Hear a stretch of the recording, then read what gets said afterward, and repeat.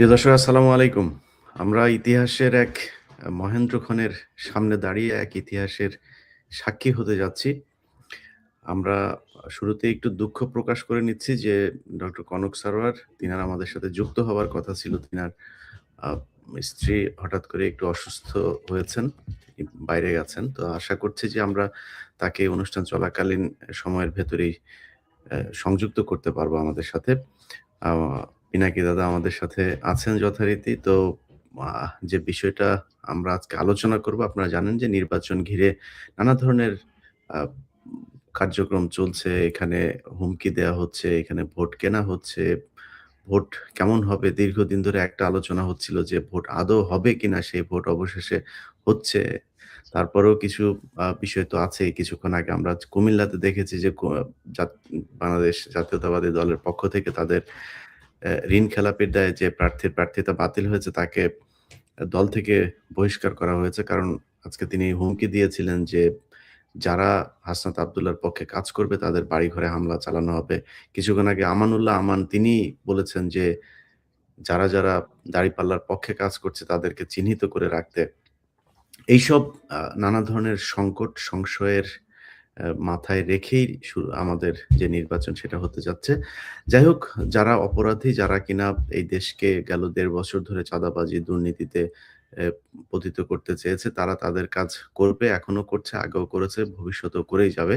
আমরা মূলত আজকে যে বিষয়টা নিয়ে কথা বলতে এসেছি, আপনারা জানেন, বিশেষ করে পিনাকি দাদার ভূমিকা না বললেই না। তিনি আমরা তো আসলে বলতে বাধা নেই যে কিছুটা গা বাঁচিয়ে চলার চেষ্টা করেছি।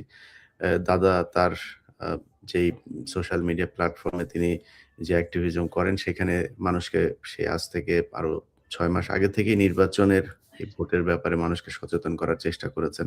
সেগুলো আপনারা দেখেছেন। তো আমরা দাদার বক্তব্যই শুনি যে দাদা কেমন দেখছেন নির্বাচনের মাঠ কেমন হবে? এখানে কোনো পক্ষপাত দুষ্ট কার্যক্রম বাংলাদেশের মানুষ মেনে নেবে কিনা?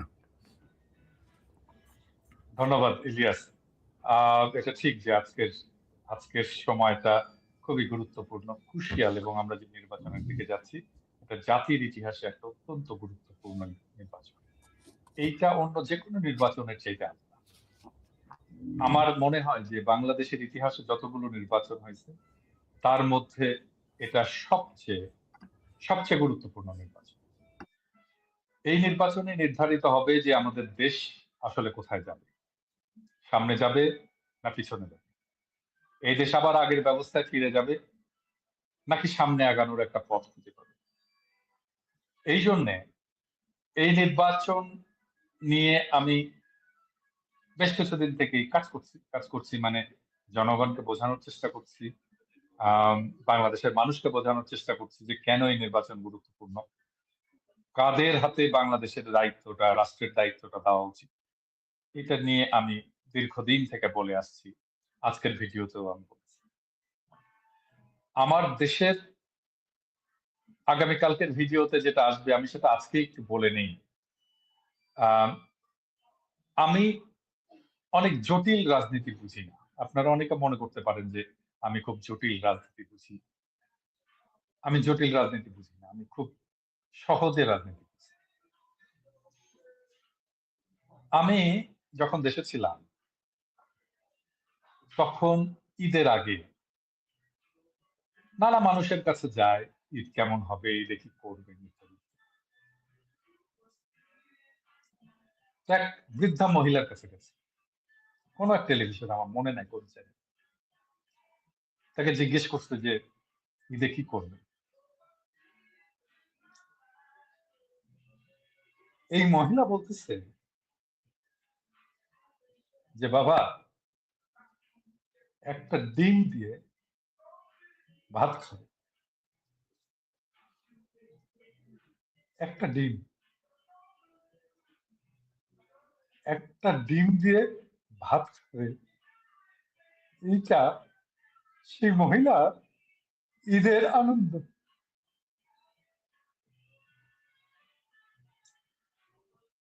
আমরা 55 বছরে একটা বালের দেশ বানাইছি। কেন? হাসিনার আমলে লুটপাট হয়েছে $234 বিলিয়ন। আমি জানি না $234 বিলিয়ন বলতে আপনারা বুঝতে পারতেছেন কিনা, এটা কত টাকা। বাংলাদেশের মতো 4টা দেশকে এক বছর খাওয়ানো যায় $234 বিলিয়ন দিয়ে। এটা কি শুধু হাসিনার 15 বছরের লুটপাট? এর আগে সবাই লুটপাট করছে, সবাই। মুজিব করছে, এরশাদ করছে, এমনকি জিয়ার আমলে লুটপাট হয়েছে, খালেদা জিয়ার আমলে লুটপাট হয়েছে, হাসিনার আমলে তো হয়েছে। কম হয়েছে হয়তো আগের সময়, হাসিনার আমলে হয়তো বেশি হয়েছে, কিন্তু লুটপাট থামে। এখন আমাদের দেশে যদি এই $234 বিলিয়ন থাকতো, আমাদের দেশ কি গরিব থাকে? আমরা তো গরিব না, আমাদেরকে গরিব বানায় রাখা হয়েছে। আমাদের দেশের সমস্যা তো অনেক কিছু না, একটাই সমস্যা, করাপশন, দুর্নীতি।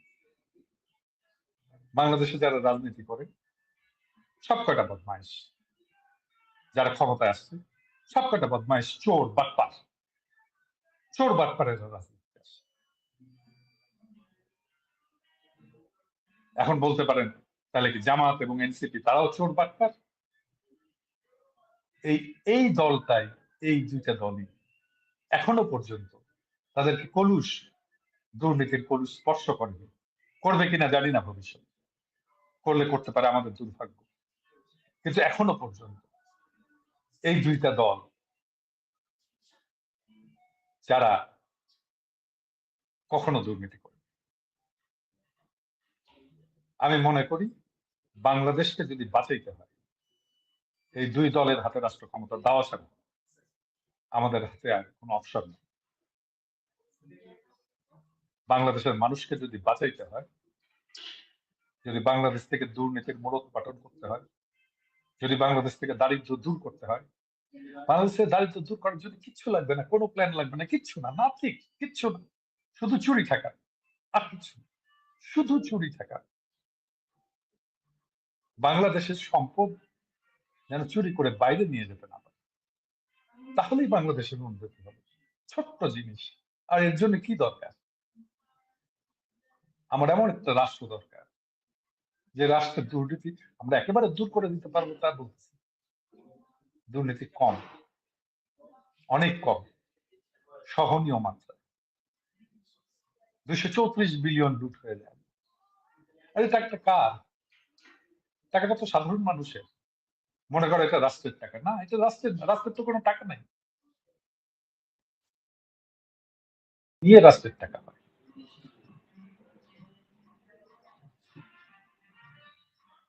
তাহলে এই নির্বাচনে যদি আমরা সেই আগের সেই দুর্নীতিগ্রস্ত এই দলকে, বিএনপি বিএনপি যে আজকে ইলেকশন করতেছে, ওদের 59% দুর্নীতিগ্রস্ত, ঋণ খেলা, ব্যাংকের টাকা মাইরে খেছে। ব্যাংকের টাকা তুই মাইরে খাস, তুই নির্বাচন করিস কোন সাহসে, কোন আক্কেল?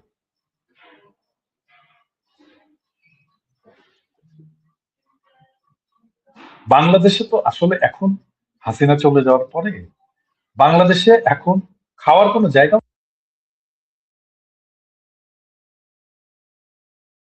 ও যে লুটপাট করবে, লুটপাটের জায়গাই নেই। বাংলাদেশের অবস্থা এখন বাংলাদেশে এমন একটা রাষ্ট্র দরকার, এমন একটা সরকার দরকার, এমন একটা শাসন দরকার, যেই শাসনে, যেই মন্ত্রীদের, যে সরকারে কাউকে 1 পয়সা ঘুষ দেওয়া যাবে না, এইরকম একটা শাসন দরকার। তাহলে বাংলাদেশ বাঁচবে। আমাদেরকে বাংলাদেশকে বাঁচাইতে হবে, এটাই একমাত্র সুযোগ। আমি জানি না বাংলাদেশের তরুণ সম্প্রদায়, তাদের কাছে হয়তো আরো সুযোগ আসতে পারে ইতিহাসে, কিন্তু আমাদের প্রজন্মের জন্য আর কোনো সুযোগ নেই, এটাই লাস্ট চান্স। এবং আমাদেরকে এই সুযোগে বাংলাদেশকে বাঁচাইতে হবে। এই ভোট বাংলাদেশকে বাঁচানোর লড়াই, এই ভোট বাংলাদেশকে বাঁচানোর ভোট। এবং আমরা চাই, আমার বিশ্বাস বাংলাদেশের মানুষ এবার নেতৃত্ব চিনতে ভুল করবে না।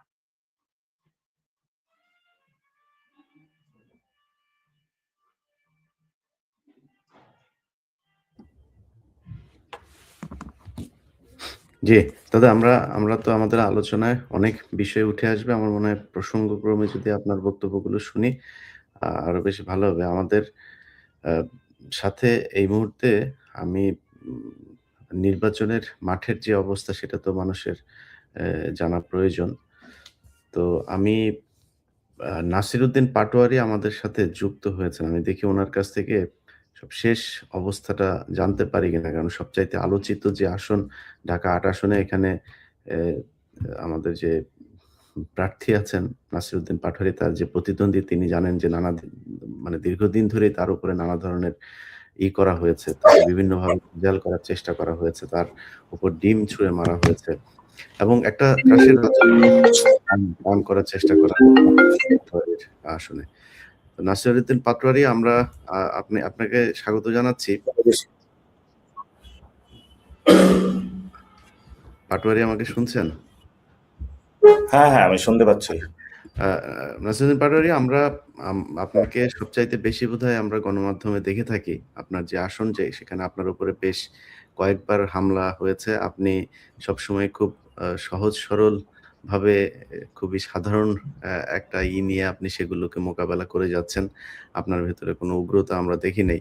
যাই হোক এই যে আপনি বিশাল ব্যাংকের মালিক এবং চাঁদাবাজের বিরুদ্ধে আপনি নির্বাচনে প্রতিদ্বন্দ্বিতা করছেন। আপনার নিশ্চয়ই আর্থিক একটা সংকটের ভেতরেও আপনি আছেন। তো এসব মিলিয়ে নির্বাচনী মাঠের প্রতিদ্বন্দ্বিতা কেমন লাগছে? জি, আসসালামু আলাইকুম সবাইকে। প্রথমে তো আমি বুঝি নাই। আমার মনে হচ্ছে যে আমি আফগানিস্তানে চলে এসেছি।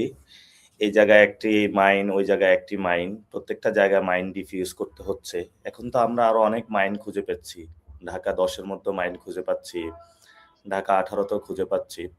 তো প্রথমে আমি যখন নির্বাচনী আমার প্রচারণা শুরু করি, আমার সাথে অনেকগুলা মিডিয়া জয়েন করে। তারা আমার বক্তব্যগুলা নেওয়া শুরু করে। এর মধ্যে অনেকে সাংবাদিক পরিচয়ে এসে জয়েন করে ওই পক্ষের এবং তারা আমাকে বিব্রত করে অনেকগুলা কোয়েশ্চেন শুরু করে। এরপরে দেখলাম যে সাধারণ ভোটার হিসেবে পরিচয়ে এসেছে এবং তারা বলে যে, "আমরা সাধারণ ভোটার, আপনাকে এই প্রশ্নগুলা করছি।" পরবর্তীতে আমরা খোঁজ নিয়ে দেখি, কোন জায়গায় যুবদলের সন্ত্রাসী, কোথাও ছাত্রদলের সন্ত্রাসী। তো আমি গুলিস্তানে বেসিক্যালি আমার যাত্রাটা শুরু হয়েছিল। এর আগেও আমরা দেখেছিলাম বাংলাদেশে অসংখ্য নির্যাতনের মধ্য দিয়ে আমরা যাচ্ছি।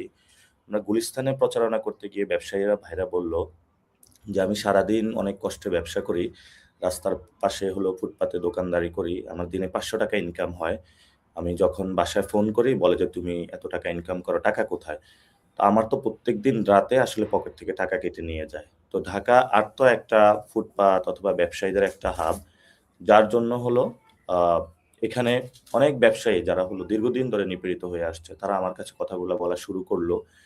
এবং আমি যখন ক্যাম্পেইন শুরু করি সবাই আমাকে মেসেজ দিয়েছিল যে, "শহীদ ওসমান হাদি ভাই যেভাবে ক্যাম্পেইন করেছিল ওইভাবে করতে হবে।" এবং সেজন্য আমি ফজর থেকে এশা পর্যন্ত প্রত্যেকটা মসজিদে গিয়ে থাকি এবং সেখানে অনেক মানুষের সাথে আমার ক্লোজলি কথা হয়েছে। দুঃখ, দুর্দশা বলা শুরু করল। কাকে সন্ত্রাসী অ্যাটাক করা হয়েছে, কাকে কি করা হয়েছে। এরপরে আমরা আমাদের গল্পগুলো পাওয়া শুরু করলাম। সেই গল্পগুলোর মধ্যে আমরা দেখা শুরু করলাম যে, এখানে একজন কমিশনার ছিল যে সন্ত্রাসী কার্যক্রম করে শুরু করে তার জার্নি শুরু করেছে। এরপর আমি খোঁজ পাইলাম যে তাকে রেলের জায়গাটা কে দিয়েছিল, কে দখল করেছিল, কোন জায়গায় দখলদারিত্ব চালিয়েছিল। তো মোটা দাগে যে জিনিসটা আমরা ভয়েস রেইজ করার চেষ্টা করেছি সেটা হলো বাংলাদেশের দুর্বৃত্তায়নের যে রাজনীতি, সেই রাজনীতিটা তারা অ্যাকচুয়ালি গুলিস্তান থেকে যে চাঁদাটা উঠে অথবা আপনার যদি মোবাইল এবং মানিব্যাগ হারিয়ে যায়, যেই টাকাটা হয় ওই টাকাটা তারেক রহমান পর্যন্ত যাচ্ছে। এটা হলো বিএনপির পলিটিক্যাল ফাইন্যান্সিং সিস্টেম। সো এটা যদি আমরা বাংলাদেশে এই ধরনের দুর্বৃত্তায়নের যদি সিস্টেমটা চলে, আদৌ আমাদের কোনো যে আমরা গণ-অভ্যুত্থানের পরে যে রাজনীতিটা করতে চেয়েছিলাম, সেটা কিন্তু আমাদের অধরা একটি স্বপ্ন থেকে যাবে। সেজন্য প্রথমত আমাদের এই দুর্বৃত্তায়নের রাজনীতিটা ভাঙতে হবে। আপনি দেখেছেন মঞ্জুরুল আহসান মুন্সী। এটা টোটালি একজন সন্ত্রাসী লোক এবং ঋণ খেলাপি। তারপর আসলাম চৌধুরী ঋণ খেলাপি লোক। তাকে নমিনেশন দিয়েছে এবং যারা নমিনেশন দিয়েছে মির্জা ফখরুল সাইন করেছে। উনি কি জানতো না উনি যে ঋণ খেলাপি? জানতো। তারপরেও তাকে দিয়েছে। ২ টা বিষয় থাকতে পারে। একটা হলো চাপে পড়ে দিয়েছে তাহলে দলের কন্ট্রোল নাই।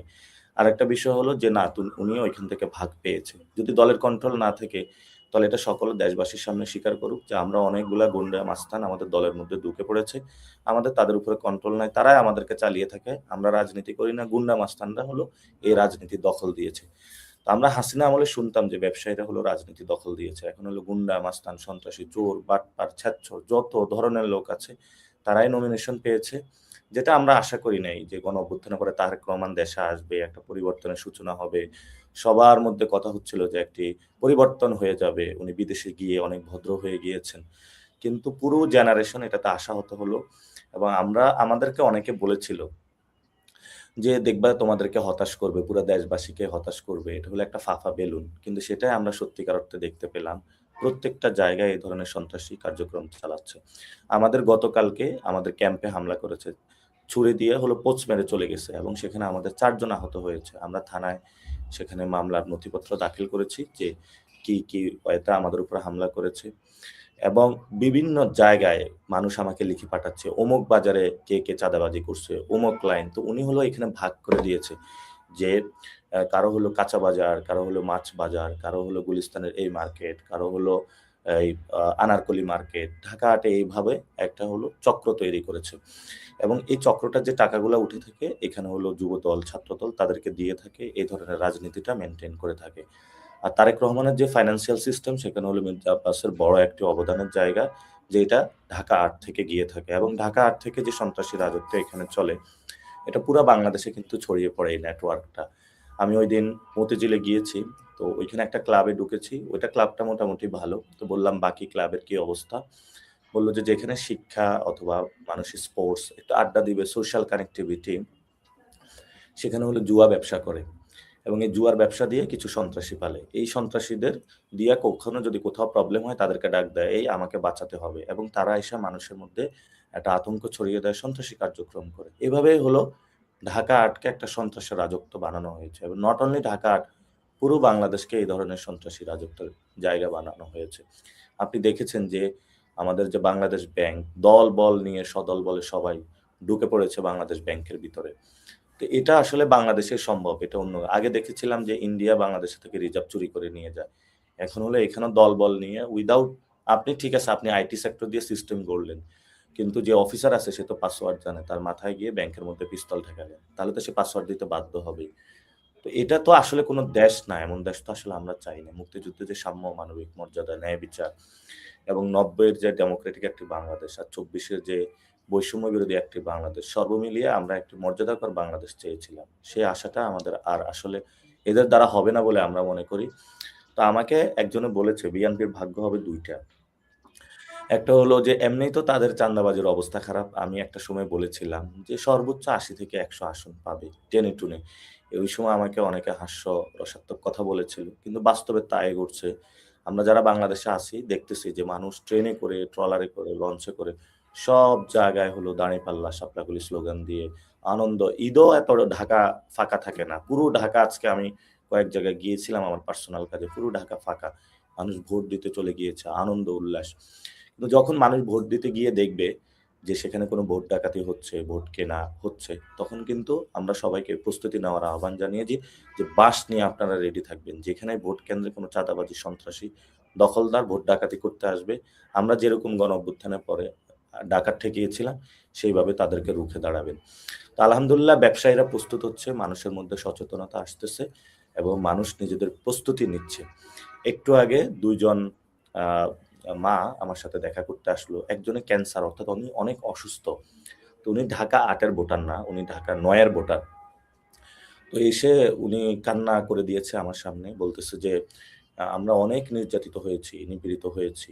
আরো অনেক ছোট ভাই অনেকগুলো আসলো এখানে শাহজাহানপুর থেকে। বলল, "আমরা ধানের শীষ ব্যাচ পরে শাপলাকলির মার্কায় ভোট দিতে যাবো। কারণ আমরা যে ওইখানে কথা বলবো এই পরিস্থিতি রাখে নাই।"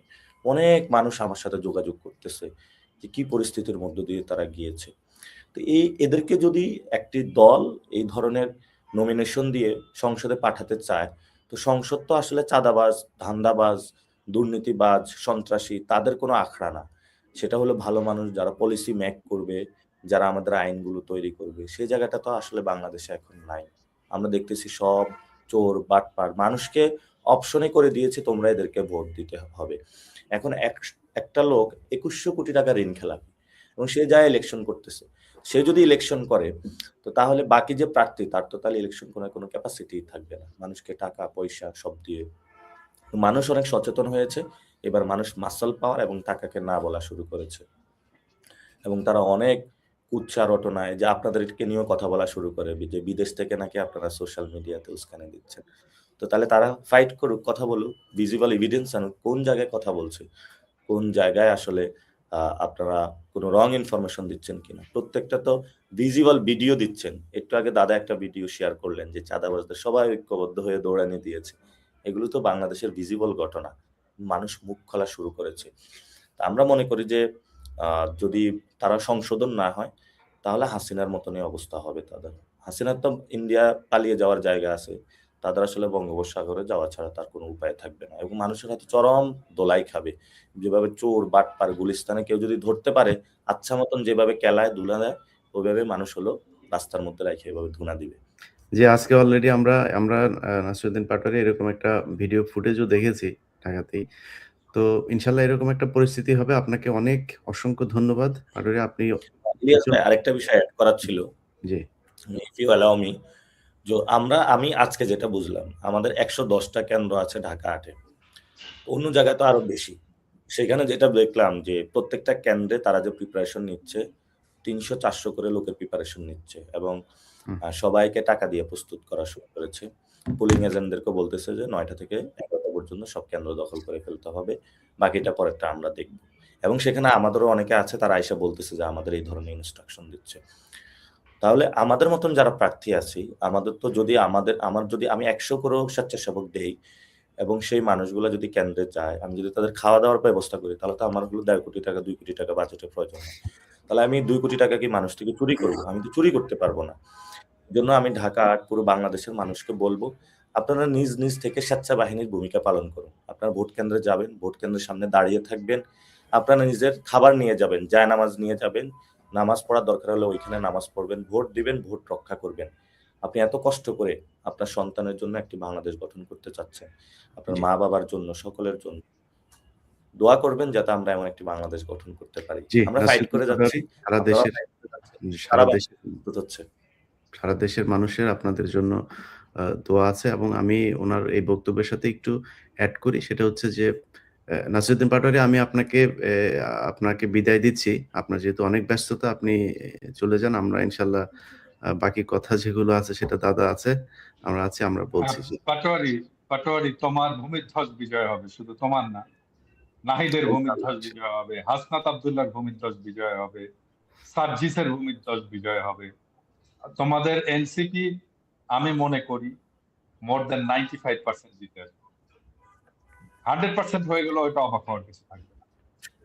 সবার জন্য দোয়া রাখলো। আর তুমি যদি তুমি যেহেতু স্বরাষ্ট্রমন্ত্রী হবা, শপথ নেওয়ার আগে আমার সাথে বসবা, অ্যাটলিস্ট কি করতে হবে আমি এটা তোমাকে একটু কিছু কথা তোমাকে বলবো আর সাজেশন দেব। এবং আমি তুমি আগামী স্বরাষ্ট্রমন্ত্রী, আমার আগাম অভিনন্দন গ্রহণ করো। জি দাদা, আমরা আলোচনায় যাব। এর মাঝে মাঝে আমরা হয়তো বিভিন্ন আসনের থেকে 2-1 প্রার্থীকে আমরা যুক্ত করতে পারি। আমি কয়েকজনকে বলে রেখেছি। যাক, প্রিয় দর্শক, আপনাদেরকে একটা বিষয় আমার জায়গাটা পরিষ্কার করি। আজকে বাংলাদেশের যে পরিস্থিতি, এই পরিস্থিতিটা আপনারা দেখছেন, আমি এবং পিনাকি দাদা আমরা বিশেষ করে খুব সরাসরি একটা পক্ষ নিয়েছি। এটা যদি আপনারা মনে করেন দেশ রাজনৈতিক দলকে আমরা প্রাধান্য দিয়েছি, কারোর বিরুদ্ধে কাজ করতে চেয়েছি। আসলে আমাদের বিরুদ্ধে তো অভিযোগ আছেই। আমরা বোধহয় জামাতের কাছ থেকে টাকা পয়সা নিয়ে তারপরে বিএনপির বিরুদ্ধে বলি। আবার অনেক সময় বিএনপির কাছ থেকে নিয়ে জামাতের বিরুদ্ধে বলি। তো এই মুহূর্তে যদি টাকা পয়সা নেয়ার সুযোগ আমরা চেষ্টা করতাম, সেটা বিএনপির চাইতে বেশি জামাত ইসলামী দিতে পারত না। তো যেই কারণে আমরা আওয়ামী লীগের আমলে বলতো তারেক রহমানের টাকা খেয়ে রাইট। তো আমাদের যেই টাকা পয়সা আমরা তারেক রহমানের কাছ থেকে আগে নিয়েছি সেগুলোর ডকুমেন্ট আমার মনে হয় সামনে দিলে জাতি উপকৃত হতো। তো এইসব অভিযোগগুলো অনেক আগে থেকেই আমরা শুনছি। আমরা আসলে কোনো পক্ষ নিইনি, আমরা বাংলাদেশের পক্ষ নিয়েছি। এবং এখানে আমি আমার জায়গাটা পরিষ্কার করি, দাদার কথা বলবে।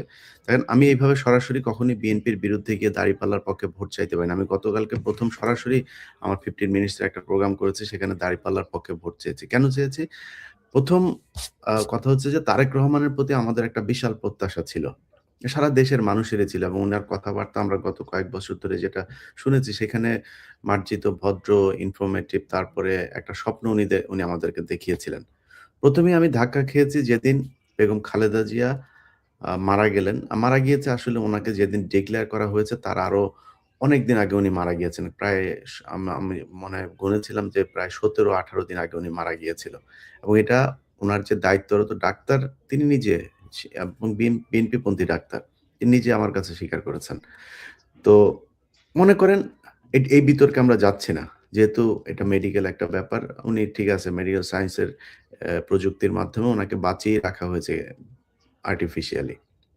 কিন্তু উনি তো মানে মৃত্যু পথযাত্রী। উনি তো মৃত্যুর সাথে লড়ছিলেন। এটা তো সত্যি কথা। যদি এটা সত্যি হয় তাহলে উনি খুবই অসুস্থ ছিলেন এবং তারেক রহমান জানতেন যে উনি মৃত্যুর হাত থেকে বেঁচে আসবেন না। এটা তো উনি জানতেন।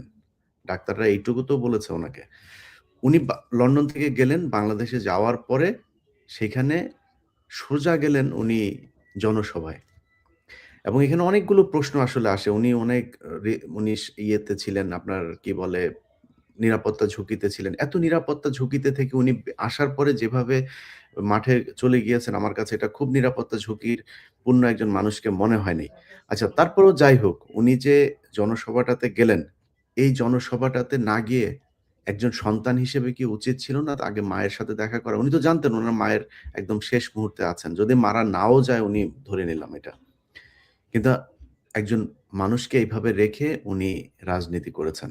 এটা যার এই সন্তান হিসেবে মায়ের প্রতি যার এই দায়িত্ব, সে দেশের প্রতি কতটুকু দায়িত্ব পালন করবে আমি জানি না। তারেক রহমানের ব্যাপারে আসলে কথা বলতে গেলে খুব আ মানে অ্যাটাকিং ইয়েতে কথা বলতে পারি না। কারণ তারেক রহমান নিজেও আমাকে যথেষ্ট উনি পছন্দ করেন।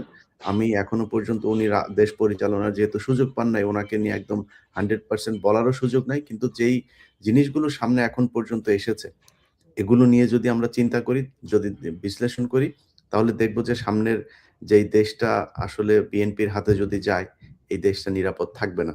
যে কারণেই আমরা আমি আরকি সরাসরি একেবারে আপনাদের আ এই বিএনপির বিরুদ্ধে অবস্থান নিয়েছি। এবং বাংলাদেশের মানুষকে যে বিষয়টা বলতে চাই, অনেক মানুষ সারাদিন ফেসবুকে, তারপরে ইমেইল নানানভাবে বিভিন্ন মানুষকে দিয়ে এর জমির সমস্যা, ওর জমি দখল করে নিয়ে গেছে, এর বাড়ি করতে গিয়েছে, সে বাড়ি করতে যাওয়ার পরে রড নিতে হবে, সিমেন্ট নিতে হবে, বালু নিতে হবে, না হলে মারধর। হঠাৎ করে রাতের বেলা এসে জমি দখল করে। এই গত ঈদের দিন গরু কিনেছে সে কুরবানিটাও দিতে পারে নাই।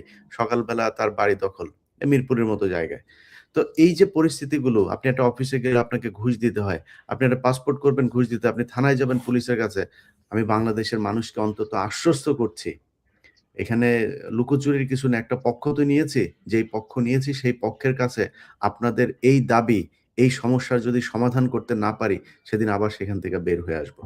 সো আপনাদের কাছে অনুরোধ থাকবে যে, যে নির্বাচন সামনে আপনাদের সামনে যে সুযোগ, আমি কালকে ট্রেনের মধ্যে দেখছিলাম, দাদা হয়তো সেই ফুটেজগুলো দেখেছেন, যে ট্রেনের ভেতরে মানুষ দাঁড়িপাল্লার মিছিল করতে, করতে বাড়িতে যাচ্ছেন।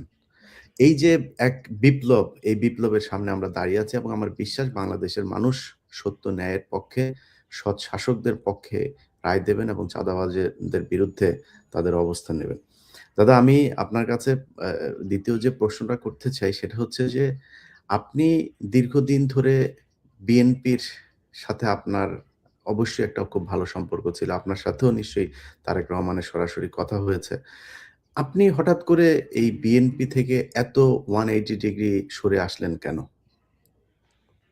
উম ১ম বিষয়টা হচ্ছে যে বিএনপির সাথে আমার যে রাজনীতির অ্যালাইনমেন্ট সেটা না থাকা। মানে যেকোনো সম্পর্কই তো পলিটিক্যাল অ্যালাইনমেন্ট সম্পর্ক। আমি যে রাজনীতিতে চাই, আমি যে বাংলাদেশ দেখতে চাই, আর বিএনপি যে বাংলাদেশ দেখতে চায়, এই ২ টার মধ্যে তফাৎ। বিএনপির মূল সমস্যাটা যেটা হয়েছে, আমার সাথে তারেক রহমানের এট লেংথ আলাপ হয়েছে। দীর্ঘ সময় ধরে আলাপ হয়েছে। লাস্ট যে আলাপটা, মানে যেখানে আমাদের বিচ্ছেদটা হলো আরকি। আম আমি তারেক রহমানকে আম কয়েকটা সাজেশন দিছিলাম ওই মিটিং এ। আ এবং আমার সাজেশনটা যদি উনি শুনতেন, তাহলে প্রবাবলি বিএনপির আজকের এই অবস্থাটা হয় না। আম সেটা হচ্ছে যে বিএনপি যেটা চায়, আমি যেটা উনার সাথে কথা বলে বুঝলাম, সেটা হচ্ছে যে এই যে একটা বিপ্লব হয়ে গেল, আমাকে যে রাষ্ট্রটার সংস্কার করতে হবে, বদল করতে হবে, এটা আগের রাষ্ট্র আর চালানো যাবে না, সেটা উনি মানতে নারাজ। উনি আগের সমস্ত ব্যবস্থা রাখবেন, আগের ব্যুরোক্রেসি, আগের প্রশাসন, আগের জুডিশিয়ারি, আগের সিস্টেম, আগের আইন, আগের সংসদ, সবকিছু আগের মতো। এবং কেন? সেটা হচ্ছে যে উনি ওই রাষ্ট্রটাকে বোঝেন, ওই আগের রাষ্ট্রটাকে বোঝেন। সেখানে শুধু শাসক বদল হবে, মানুষের ভাগ্যের বদল হবে। কিন্তু আমি তো শাসক বদলের জন্য আমরা লড়াই করেছি, জীবন দেয় আমাদের বাচ্চারা শাসন বদলানোর জন্য।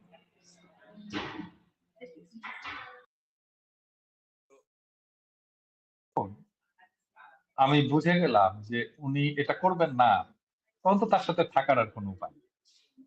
আমি তো রাষ্ট্রকে বদল করতে চাই, আমি তো নতুন একটা রাষ্ট্র চাই, আমি তো সিস্টেমটার বদল করতে চাই, আমি তো নতুন একটা সিস্টেম চাই, আমি তো আবার সেই একই জিনিস, একই দুর্নীতি, একই প্রশাসন, একই পুলিশ, একই নিপীড়ন, একই গুম খুন, ওইটা তো আমি চাই না। তাহলে ওইটা বদলের জন্য ওনার চিন্তা কি? ওনার কোনো চিন্তা নেই। আমি এবার বলি ওনাকে আমি আসলে কি কি সাজেশন দিয়েছিলাম। প্রথম সাজেশনটা ছিল যে দেখেন, আপনি 4 দলকে রিভাইভ করেন, 4 দলকে রিভাইভ করেন, ডাকেন সবাইকে, দেখে আপনি আপনি আপনার জাতির বিবেক হন, ক্ষমতায় যাওয়ার দরকার নেই, আপনি ক্ষমতার উপরে চলে যান। আপনি 4 দলকে ডেকে এটাকে রিভাইভ করে আপনি বলেন যে আপনারাই চালান, আমার দল আপনাদেরকে সমর্থন দেবে, আমি আপনাদেরকে সাপোর্ট করব, দেশ আপনারা চালান, আমরা একসাথে দেশ চালাই, আমাকে সামনে নিতে হবে না, আমি পিছনে থাকি, আমি পিছনে থেকে আপনাদেরকে সাপোর্ট। এই কথাটা যে লিডার বলবে তাকে ছাড়বে, তার অনুসারী না ছাড়বে না। আমি তো আমার লিডারশিপটাকে স্টাবলিশ করতে পারি। আমি আর একটা সাজেশন দিয়েছিলাম ছাত্র দলকে ডিসলভ করে বৈষম্য বিরোধী ছাত্র আন্দোলনে যোগ দেওয়ার জন্য, কারণ ছাত্র দলে কোনো রিক্রুটমেন্ট নাই, ফ্রেশ ব্লাড নাই, এই সংগঠন তো চলবে না, এই সংগঠন থাকবেও না। তাহলে আমাকে ছাত্রদলকে রিভাইভ করার জন্য কি করতে হবে? আমি বলছিলাম যে আপনাদের সবাই ছাত্রদল সবাইকে বৈষম্য বিরোধী ছাত্র আন্দোলনে যোগ দিতে হবে। গণসংগঠন হলো বৈষম্য বিরোধী ছাত্র আন্দোলন, আপনারই গণসংগঠন হলো, যারা ছাত্রদল করতে আসে, বিএনপি যারা করতে আসে, বিএনপি মনা যারা, তারা ছাত্রদল করবে, দিয়ে বৈষম্য বিরোধী ছাত্র আন্দোলন। সেখানে আপনার দলের লোকের, ছাত্র দলের একটা বেটার কন্ট্রোল থাকবে, আর আপনিও ওইখান থেকে রিক্রুট করতে পারবেন আপনার লোকদের, বিএনপির লোকদেরকে আপনি ওখান থেকে রিক্রুট করতে পারবেন। তাহলে একটা স্ট্রং ছাত্র শিবিরের পাশাপাশি আর একটা স্ট্রং ছাত্র সংগঠন আমরা পেতাম। মানে সেটাও শুনলেন না। মানে বিষয়টা হচ্ছে একটা নির্বাচন দিতে হবে এবং নির্বাচনের পরে আমরা ক্ষমতায় যাব, দ্যাটস ইট। তাহলে এত এত এত 24 হলো কেন?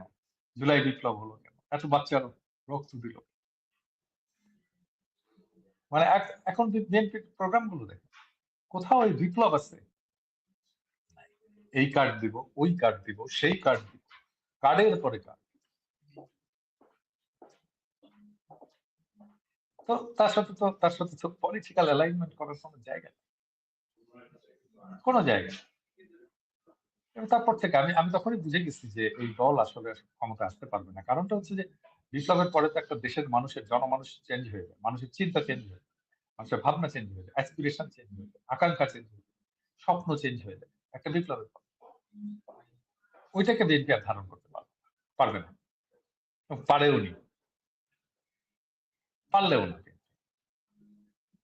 এবং সেটা আগামী 12 তারিখে বোঝা যাবে যে বিএনপি নিজেকে মনে করতেছে 200-র বেশি আসনে জিততে, হ্যাঁ, কুজার চিত হয়ে শোয়ার সব, ভূমিধ্বস পরাজয় হবে, এমন এমন পরাজয় হবে যেটা তারা কল্পনাও করেন, এমনকি আমরাও কল্পনা করতে পারতেছি না কি পরাজয় হবে। এই পরাজয়ের মুখে দাঁড়াচ্ছে। আমি আগের প্রসঙ্গটায় আসি। মানে আমি প্রত্যেককে চিন্তা করতে বলবো যে ধরেন আপনি তারেক রহমান, এবং খোদা না করুক আপনার মা এরকম একটা অবস্থায় একটা হসপিটালে, এভার কেয়ার হসপিটালে এইভাবে অচেতন অবস্থায় আইসিইউ আছে, আপনি কি করতেন? লন্ডন থেকে ফিরলেন, কি করতেন? নেক্সট কাজটা কি হতো বলেন, নিজে চিন্তা করুন। আমার আমার কথা ভাবতে হবে না, আমার কোনো সাজেশন শোনার দরকার নেই। আমার মা হলে আমি নামার পরে ওইখান থেকে হেলিকপ্টার নিয়ে এভার কেয়ারে যেতাম। এভার কেয়ারে কিন্তু হেলিকপ্টার ল্যান্ড করার ছাদের উপরে একটা জায়গা আছে, গোল জায়গা। দেখেন, ওটা কিন্তু হেলিকপ্টার ল্যান্ড করার জন্য ওখানে তৈরি করা হয়েছে। এভার কেয়ারেই ল্যান্ড করা যায় হেলিকপ্টার। আমি ওখানে নেমে ইমিগ্রেশন শেষ করে আমি এভার কেয়ারে যে ল্যান্ড করতাম, আমি মাকে দেখতাম। আমার মায়ের সাথে দেখা হয়ে যেত। তারপরে আমি হেলিকপ্টারে করেই এসে আমার ইয়ের জায়গাতে নামতাম, জনসভার জায়গাতে নামতাম, জনসভা করতাম। আমি একজন পলিটিক্যাল লিডার, মানুষজন আমাকে দেখতে চায়, কথা শুনতে চায়, আমি ওখানে নামতাম, কথা বলতাম। কোনো সময়ের কোনো সমস্যা হতো না, তাড়াতাড়ি হতো, এটা অনেক তাড়াতাড়ি হতো, এফিশিয়েন্ট হতো। কিন্তু সেটা তো করবে না। কি করা হলো? স্পেকটাকল, প্রচুর আর্মি, হাজার হাজার আর্মি তাকে পাহারা দিয়ে নিয়ে যাচ্ছে। ওরে বাপ রে বাপ! এরকম সিকিউরিটি ট্রাম্পও পায় না, দুনিয়ার কোনো মানুষ পায় না। দেখাইতে হইল যে আমি একজন বিশাল কিছু তালে বড় এসে গেছি বাংলাদেশকে রক্ষা করার জন্য। দাদা হ্যাঁ, দাদা আমরা আমরা ফাঁকে একটু আমাদের সাথে কয়েকজন প্রার্থী যুক্ত আছেন, হ্যাঁ? ওনাদের কাছ থেকে 1 মিনিট 2 মিনিট করে একটু বক্তব্য নিয়ে নেই। ওনারা যেহেতু ব্যস্ত আছেন, একটু ছেড়ে দেই, হ্যাঁ? আচ্ছা। আচ্ছা, ইলিয়াস, আমি হয়তো আর একটা প্রশ্নের জন্য থাকতে পারবো। তুমি তো জানো হুম। যে আমি এখানে একটা কাজের মধ্যে আছি। হ্যাঁ, না, না, ঠিক আছে, ঠিক আছে। আমি ওনাদেরকে একটু করে আমরা শর্টেই ছেড়ে হ্যাঁ, দিব। তুমি নাও, আমাদের নাও সাথে একদম। আমরা ব্যারিস্টার আরমান ভাই যুক্ত হয়েছেন। ব্যারিস্টার আরমান ভাই, আ জি, আরমান ভাই, আপনার এখানে কি অবস্থা?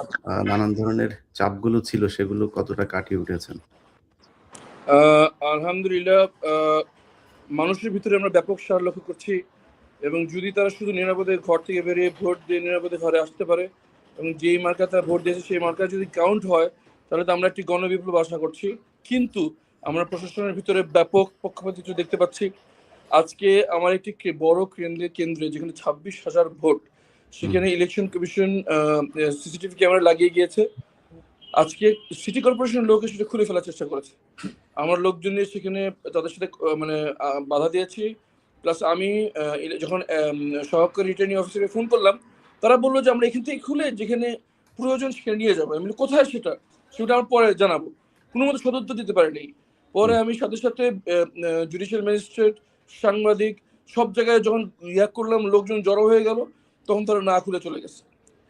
কেমন করে একজন একটি সরকারি পোলিং স্টেশনের ভিতরে ঢুকে সিটি কর্পোরেশনের লোক ইলেকশন কমিশনের লাগানো সিসিটিভি ক্যামেরা খুলে নেওয়ার উদ্যোগ গ্রহণ করতে পারে, এটাই তো আমার বুঝে আসে না।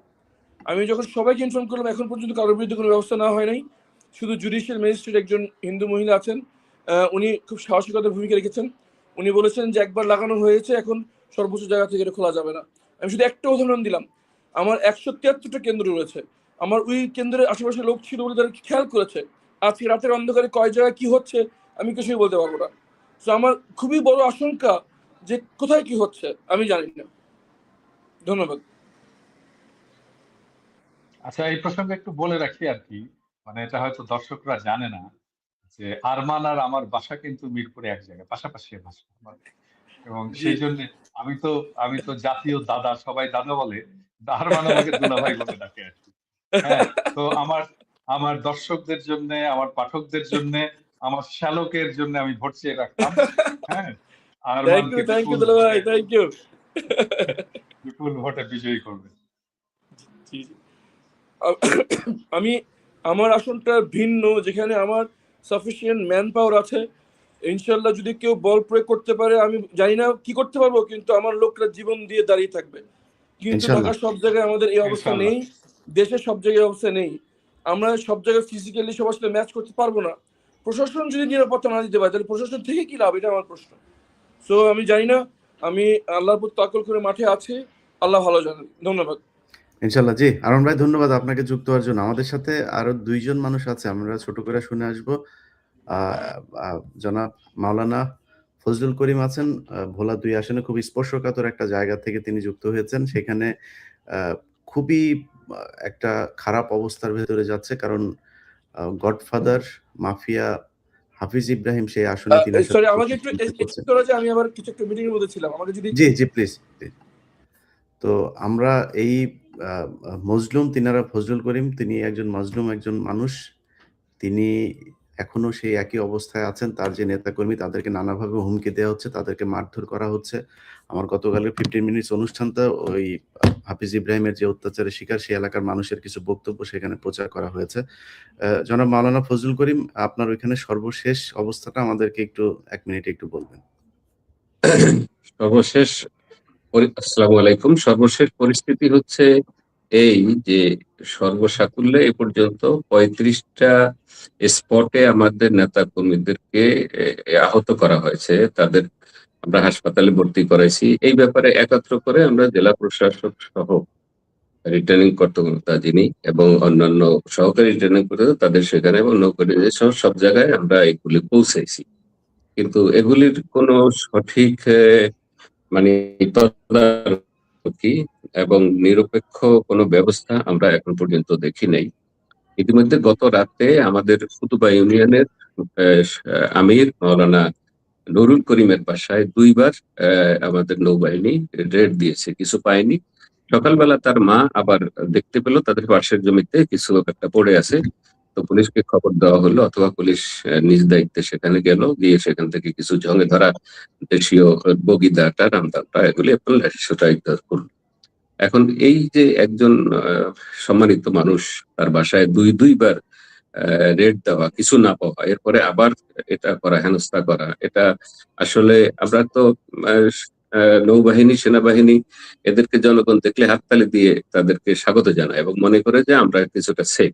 কিন্তু তাদের এই দ্বিমুখী আচরণ যেটা সেটা আসলে জনগণের কাছে একটা ভুল মেসেজ যায়।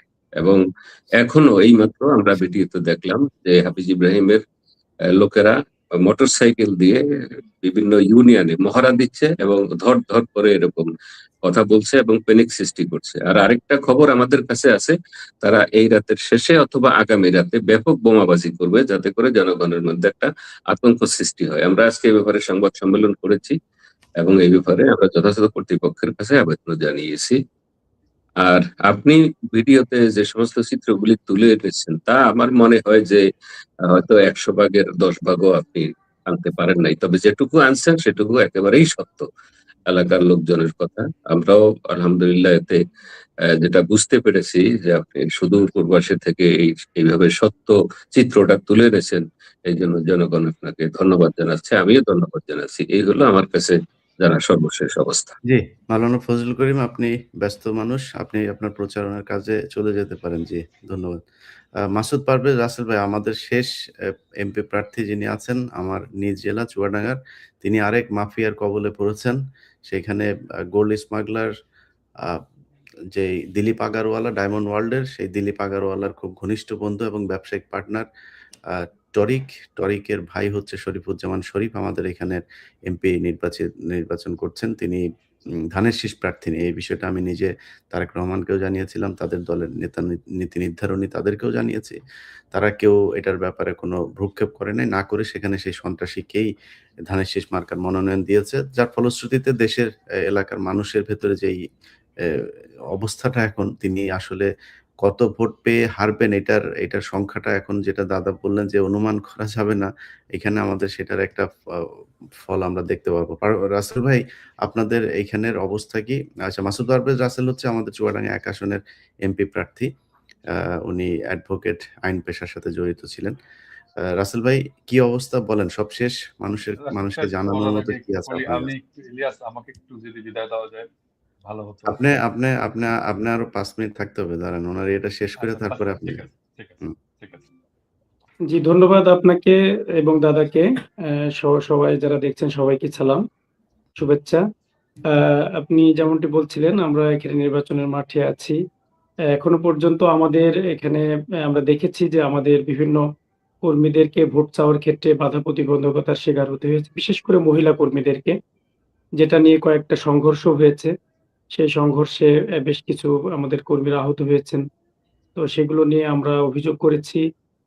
পরে প্রশাসনের পক্ষ থেকে আমাদের সমন্বিত মিটিং হয়েছে, সেখানেও কেউ বাধা দিবেন না, কেউ কাউকে হুমকি দিবেন না, নিরাপদ পরিবেশে সবাই ভোট সেন্টারে যেতে পারবেন, এগুলো প্রশাসনের পক্ষ থেকে বলা হইলো। বাস্তবিক অর্থে মাঠে ময়দানে আমরা খুব বেশি সেটা পর্যবেক্ষণ বা তার আমরা দেখতে পাচ্ছি না বাস্তব রূপ।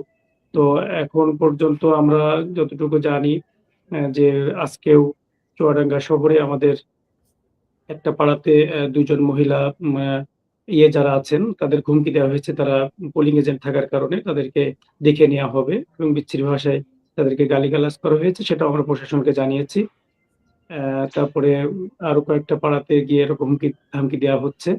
তো রাসেল ভাই, আপনাদের সামগ্রিকভাবে এখানে সেনাবাহিনীর ভূমিকা যতটুকু জানতে পেরেছি যে তারা যথেষ্ট ভালো ভূমিকা পালন করছে। জি। পুলিশের অবস্থানটা কেমন? পুলিশ এখন অবশ্য একটু অ্যাক্টিভ হয়েছেন মনে হচ্ছে। তারা তাদের জায়গা থেকে বললে তারা যাচ্ছেন। কিন্তু মানে কার্যকর ভূমিকা রাখার ক্ষেত্রে আমরা যেটা প্রশাসনকে জানিয়েছিলাম যে জনগণের মধ্যে একটা আছে, অস্বস্তি বা অনিশ্চয়তা কাজ করছে যে প্রকৃতপক্ষে তারা ভোট সেন্টারে যেতে পারবেন কিনা এবং প্রকৃতপক্ষে তাদের পছন্দের প্রার্থীকে ভোট দিতে পারবেন কিনা। এইটা নিয়ে কনফিউজড থাকার কারণে আমরা প্রশাসনকে একাধিকবার জানিয়েছি। লাস্ট 2 ডেজ আগে আমরা বসেছিলাম। সেখানেও আমরা বলেছি সকল প্রার্থীরাই যে সেখানে প্রশাসনের পক্ষ থেকে জনগণকে আশ্বস্ত করা হোক এবং তাদেরকে বিভিন্ন বাজার মহল্লায় গিয়ে তাদেরকে বলা হোক যে তারা নিরাপদে ভোট সেন্টারে যাবেন এবং নিরাপদে ভোট সেন্টার থেকে ফিরবেন।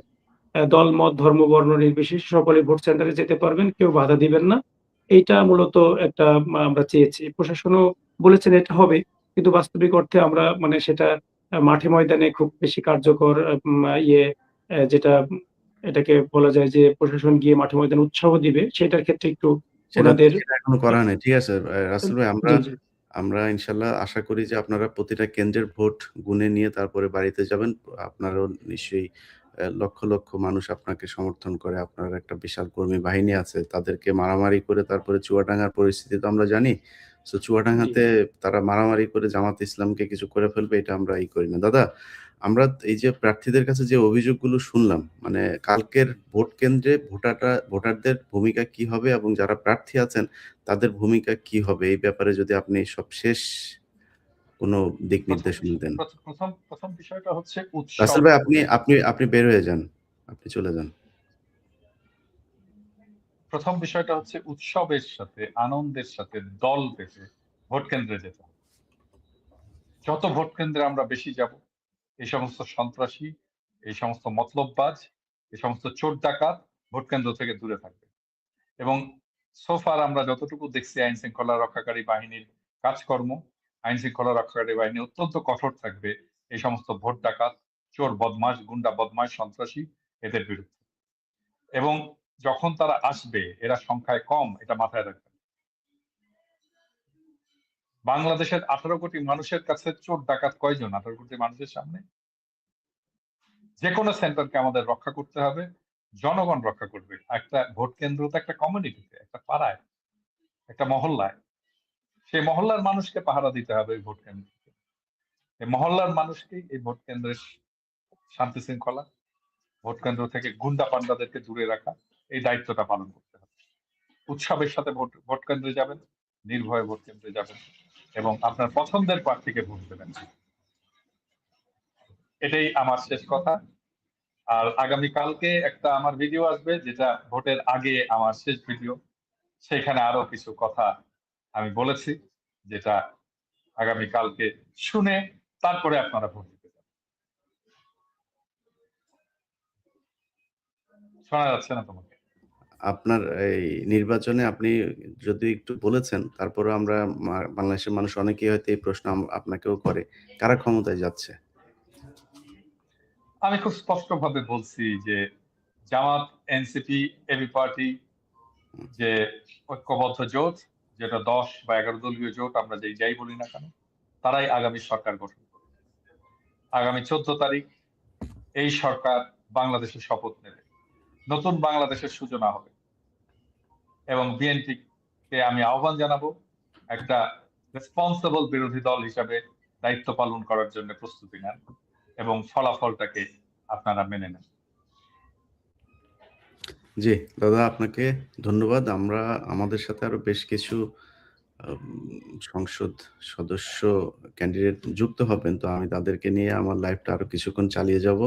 আপনি আপনাকে ধন্যবাদ সবাইকে জানাচ্ছি ধন্যবাদ, সবাইকে এবং ধন্যবাদ। ইনকিলাব নির্বাচনের জিন্দাবাদ। আগাম নির্বাচনের জয়ের ঈদ মোবারক জানিয়ে রাখলাম। ঈদ মোবারক। ঈদ ইনশাআল্লাহ মোবারক। আমরা জয়ের পরে আরেকবার বাংলাদেশের নিশ্চয়ই, মানুষের সামনে অবশ্যই, হাজির হব ইনশাআল্লাহ।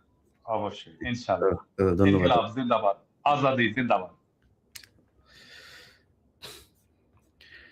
প্রিয় দর্শক, আমরা আমাদের সাথে আরো কয়েকজন প্রার্থী যুক্ত হচ্ছেন, যাদের এলাকার বিভিন্ন সার্বিক পরিস্থিতি সেগুলো তারা জানানোর চেষ্টা করবেন। আমরা আজকে কিছুক্ষণ আগে একটা ভিডিও দেখেছি যে জনাব আমানুল্লাহ আমান, যিনি একাধারে ঋণ খেলাপি, তিনি তার সম্পদের হিসাব নির্বাচন কমিশনে গোপন করেছেন। অনেকগুলো সম্পদ আছে, যে সম্পদগুলো তিনি দেখাননি। সাভারের কিছু সম্পত্তি আছে, সেগুলো দেখাননি। ঢাকাতে অনেক সম্পত্তি দেখাননি, ব্যবসা দেখাননি। এই জিনিসগুলো তিনি করেছেন এবং তার যে সন্ত্রাসী বাহিনী সেগুলো দিয়ে তিনি জামাতের যে প্রার্থী আছেন সেখানে তাকে নানাভাবে হুমকি-ধমকি দিয়ে যাওয়ার চেষ্টা করছেন। তো এই বিষয়গুলো তারা যতটা করবে আমার মনে হয় বাংলাদেশের মানুষ হয়তো, হ্যাঁ, একটা ভয় তো মানুষের মধ্যে কাজ করে এই রাজনৈতিক দলগুলোর মাসল পাওয়ার, সেটার একটা ব্যাপার আছে। কিন্তু আপনার ধানের শীষের সাথে ধানের শীষের টাকায়, ধানের শীষের যানবাহনে, তারপরে ধানের শীষের ব্যাজ লাগিয়ে আপনার কেন্দ্রে গিয়ে তারা কিন্তু দাঁড়িপাল্লার ভোট দিয়ে আসবে। এটা মাথায় রেখেন। মানুষের এই হুঁশটুকু হয়েছে। আমি সবচাইতে উদ্বিগ্ন যে বিষয়টা নিয়ে আমরা দেখছি যে বিভিন্ন জায়গাতেই শুনছি এবং সেখানে মানুষকে টাকা পয়সার একটা বিশাল প্রলোভন দেয়া হচ্ছে। তো বাংলাদেশের মানুষের কাছে আমার একটা দাবি থাকবে যে দেখেন, আপনারা বাংলাদেশে এই গেল ৫৪ বছর দেখেছেন। আপনাদেরকে কিন্তু এই যে নির্বাচনের আগে একটু চা খাইয়ে, বিস্কিট খাইয়ে, আগে তো শুধু এইটাই অনেক কিছু ছিল, এখন নগদ টাকাও দেয়া হয়। এবং এইসব করতে গিয়ে জামাতের বা এনসিপির ২-১ জন প্রার্থীর কাছেও আমি শুনেছি যে কিছু আ জায়গাতে তারা এত পরিমাণে টাকা দিচ্ছে, সেখানে আমাদেরও এই রাস্তায় যাওয়া ছাড়া কোনো উপায় থাকে না। কিছু জায়গায় মানুষকে সেইটা করতে হয়। তো আমি মানুষকে বলব যে, "ভাই দেখেন, আপনারা যদি টাকা নেন, ঠিক আছে নেন, কোনো সমস্যা নাই। আমি তো এটা থেকে এখন আপনাদের সরাইতে পারব না। টাকা দিয়ে এই দেশের মানুষ দেশও বিক্রি করে দেয়। এই দেশের মানুষের এত নৈতিক অধঃপতন। তো আপনারা তো সাধারণ মানুষ। আপনাদের এমনিতেই আর্থিক অভাব অনটন থাকে। যাদের টাকা-পয়সার কোনো সমস্যা নেই তারাই দেশ বিক্রি করে দেয়। আপনাদের থাকতেই পারে। টাকা নেন। ঠিক আছে? কিন্তু ভোটটা একটু যেইখানে দিলে আপনার যে নাগরিক সুবিধা, নাগরিক অধিকার যেগুলো আছে সেগুলো পাবেন। যেই মানুষটাকে ভোট দিলে আপনার একটা পাসপোর্ট করতে গেলে ঘুষ দেয়া লাগবে না। একটা থানায় মামলা করতে গেলে, জিডি করতে গেলে ঘুষ দেয়া লাগবে না। একটা চাকরির জন্য আপনাকে ঘুষ দেয়া লাগবে না। একটা খারাপ মানুষকে আপনার এলাকায় কোনো সরকারি কোনো পদে বসাবে না। এই বিশ্বাসটা যাদের উপরে আছে তাদেরকে ভোটটা দিয়েন। এটা মনে রাইখেন যে এই দেশটা আপনার আমার, এই দেশের ভবিষ্যৎ নির্ধারিত হবে আপনার এই ভোটের মাধ্যমে। একটা বিশেষ সময়ের মধ্যে সেই নির্বাচনটা এবার হচ্ছে। অতএব এই জিনিসটা কেউ করবেন না যে ভোট করতে ভোটের টাকা পয়সা নিয়ে তারপরে তাদের পক্ষে যায়া ভোট দিবেন।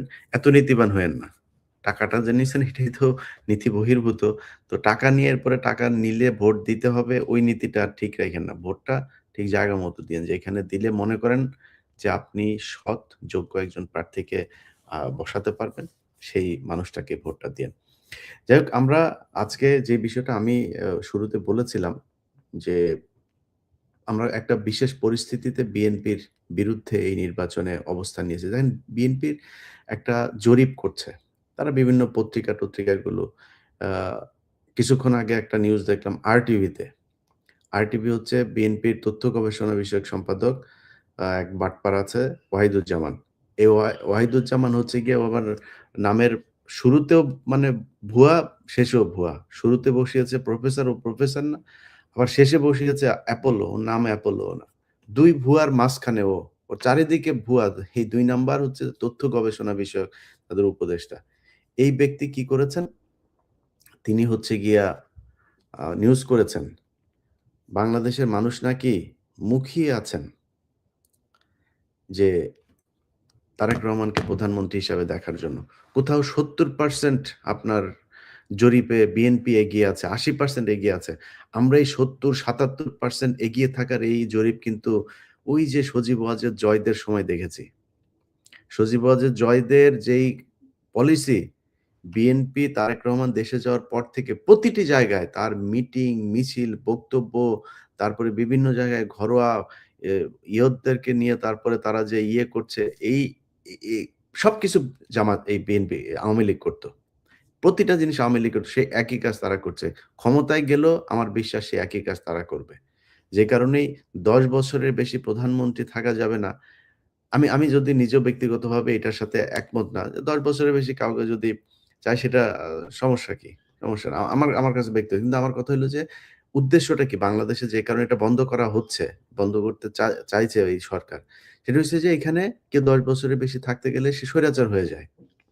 তো আপনারে পরপর ১০ বছর কেউ ক্ষমতা রাখবে এই চিন্তা, এই স্বপ্ন এত তাড়াতাড়ি দেখা ঠিক না। আর এটা নিয়ে এত পারাপারি করা উচিত না। সবখানেই তারা সেই আওয়ামী লীগের যে পলিসি, সেই পলিসিগুলো নিয়ে আসছে। সেই একইভাবে জরিপটাও করেছে তারা। তো ৭০% মানুষ যে Facebook বা YouTube এর যেই পোস্টে আপনার পত্রিকাগুলো, টেলিভিশনগুলো বলছে ৭০% বিএনপির পক্ষে, তাদের সেই Facebook এর পোস্টের যে লাইক, কমেন্ট, রিঅ্যাকশন যেগুলো আছে, সেগুলোতে গেলেই বোঝা যায় যে কয় পার্সেন্ট আসলে বিএনপিকে ভোটে চায়। মানুষ এত অসভ্য হয় নাই, এত নিমুখারাম হয় নাই, এত অবুঝ হয় নাই যে চোর, বাটপার চোখের সামনে আমরা দেখছি, আমাদেরকে বলা হচ্ছে যে আপনারা চাঁদাবাজি করবেন ১২ তারিখ পর্যন্ত কেউ করেন না। ভাই, এই দেশের অনেক সংখ্যালঘু মানুষ আছেন, যাদেরকে বলা হয় মানে বানানো হয়েছে সংখ্যালঘু। এই কথিত সংখ্যালঘু মানুষগুলো সবসময়ই তারা নির্যাতনের শিকার হয়েছে। এটা সত্যি কথা। আচ্ছা, এখন সংখ্যালঘু কারা? সেটা হচ্ছে প্রশ্ন। আমাদের সংখ্যালঘু মানে বানানো হয়েছে যে হিন্দু মানুষ। আমি একজন সংখ্যালঘু। আমার নিজের বাড়ি দখল করা হয়েছে। আমার নিজের বাড়ির উপরে নানান ধরনের করে। তো আমার বাবা মানে অতিষ্ঠ হয়ে গিয়েছিল। আমার বলে যে, "আপনার তো মাস্টার সাহেব আপনার তো অনেক বড় বাড়ি। এই বাড়ির এই পাশে আমার একটু দিয়ে দেন।" বাড়িতে বাথরুম-টাথরুম করে অস্থির। গাছ লাগায় এসে। বাধ্য হয়েছি আমরা মানে সেই বাড়ি বিক্রি করে দিতে। এগুলো আমরা বাংলাদেশে এই জমি জায়গার সমস্যা কত পার্সেন্ট হিন্দুর উপরে হয়? মুসলমানদের উপরে সবচাইতে। এখন এই সংখ্যালঘু কেন আমরা? কারণ হচ্ছে আমাদের পেশি শক্তি নাই, আমাদের টাকা পয়সা নাই। আর যারা কিনা এগুলো করে তাদের রাজনৈতিকভাবেও ক্ষমতাশালী মানুষজন আছে, লাঠি আছে, তারা সব দিক থেকে ক্ষমতাশালী। এখন এই ক্ষমতাশালীর এই যে পাওয়ার, এই যে দুর্বলের উপরে, এটা বাংলাদেশের ইতিহাসের শুরু থেকেই চলে আসছে, এখনো পর্যন্ত চলছে। সো সেই মানুষগুলো যাদেরকে সংখ্যালঘু বানানো হয়েছে, সেই মানুষগুলোর কাছে অনুরোধ থাকবে, আপনার জমির সমস্যা, আপনার বাড়ি দখল করে নিচ্ছে, আপনি এলাকায় প্রভাবশালীদের কারণে আপনার মেয়ে কলেজে যাইতে পারে না। ভাই, এই সমস্যা থেকে যদি বের হয়ে আসতে চান, আপনাকে জামাত ইসলামকে ক্ষমতায় আনতে হবে। আমি কথা দিচ্ছি আপনাদেরকে, আমি ইলিয়াস হুসাইন, আমার কাছে বহু মানুষ এই জমির সমস্যার কারণে ঘ্যান করেন। আপনাদেরকে বললাম, যদি জামাত ইসলাম ক্ষমতায় আসে এইটুক গ্যারান্টি দিচ্ছি যে এই সমস্যার থেকে ইনশাআল্লাহ আপনাদেরকে সমাধান আমি কোনো পদে থাকি না থাকি কোনো কিছু না। আমি যেইখানে থাকি, যে অবস্থাতে থাকি, আপনাদের এইটুক গ্যারান্টি দিলাম যে এই দেশের মানুষের এই সমস্যাগুলো সমাধান করব। একজন মানুষকে অহেতুক আমাদের দেশে যে সমস্যাগুলো হয়, ধরেন বাড়ি করবে, তারে যায়া ইট নিতে হবে তার কাছ থেকে। ইট কেন নিতে হবে? কারণ ইট আপনার কাছ থেকে মার্কেট থেকে নিতে পারেন, ওর কাছ থেকে নিতে হবে। ও যে ইটের দাম একটার দাম ৳৬, ওইটা আপনার কাছ থেকে নিবে ৳৯। দিবে বা ৫০০ ইট, টাকা নিবে আপনার কাছ থেকে ১,০০০ ইটের। এই পলিসি দিয়ে আপনার এলাকার চাঁদাবাজ, এই যে কিছু দুর্বৃত্ত গড়ে উঠেছে রাজনৈতিক আপনার ব্যাকআপের মাধ্যমে, এরা এগুলো করে থাকে। সো সেই মানুষগুলো যেন আর করতে না পারে, সেটার জন্য আপনাদেরকে জামাত ইসলামকে ভোট দিতে হবে। দাঁড়িপাল্লাকে ক্ষমতায় আনতে হবে। যদি আনেন, তখনই এই দেশে আইনের শাসন, সুশাসন প্রতিষ্ঠিত হবে এবং আপনারা এই জায়গাগুলোকে আপনাদের মতো করে এই অধিকার আপনার এ যেটা আছে সেটা ভোগ করতে পারবেন। আমাদের সাথে এই মুহূর্তে কুমিল্লা ৫ আসনের ডক্টর মোবারক হোসেন যুক্ত হয়েছেন। আমার মনে হয় উনাকে আমরা পাবো। উম দেখি উনি যদি নাকি যুক্ত হয়, উনার ওখানকার সর্বশেষ অবস্থাটা আমরা একটু জানবো। আ ডক্টর মোবারক, আপনাকে ধন্যবাদ জানাচ্ছি। জি, আসসালামু আলাইকুম। আচ্ছা, মোবারক ভাই, আমরা একটু শুনতে চাই আপনার এলাকায় আপনি কি অবস্থায় আছেন এবং পরিবেশ কেমন?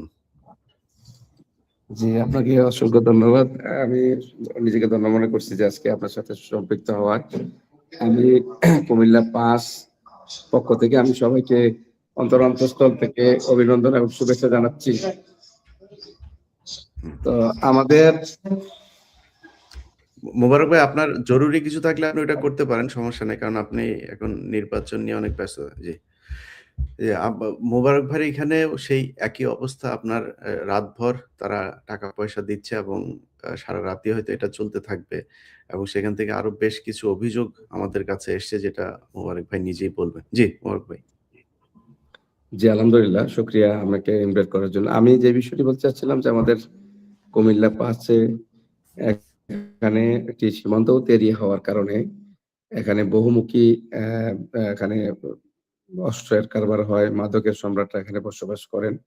তো সেই জায়গা থেকে আমরা অনেকটা ঝুঁকির মাঝে আছি এবং পাশাপাশি আমাদের যে বিএনপির প্রতিদ্বন্দ্বী আছেন এবং অনেকেই তারা তাদের অবস্থান জনগণে আসলে যেভাবে দাঁড়িপাল্লার পক্ষে হুমড়ি খেয়ে পড়ছেন, একবারে মায়ের কোলে শিশু থেকে শুরু করে সর্ব লেভেলের, এইটার তারা ভয় দেখে অনেকেই হুমকি-দামকি দেওয়া শুরু করছেন যে দিবে না। অথবা আজকেও বরদুশিয়াতে ঢাকা থেকে ২ জন গেছে ভোট দেওয়ার মানে ভোট দেওয়ার উদ্দেশ্যে বাড়িতে আসছেন, তাদেরকে মারছেন। আমি মাধবপুরে একটি বক্সিমল ইউনিয়নের মাধবপুরে একটা আ গ উঠান বৈঠকে গিয়েছিলাম। সেখানে আমাদের উপস্থিতি অনেক।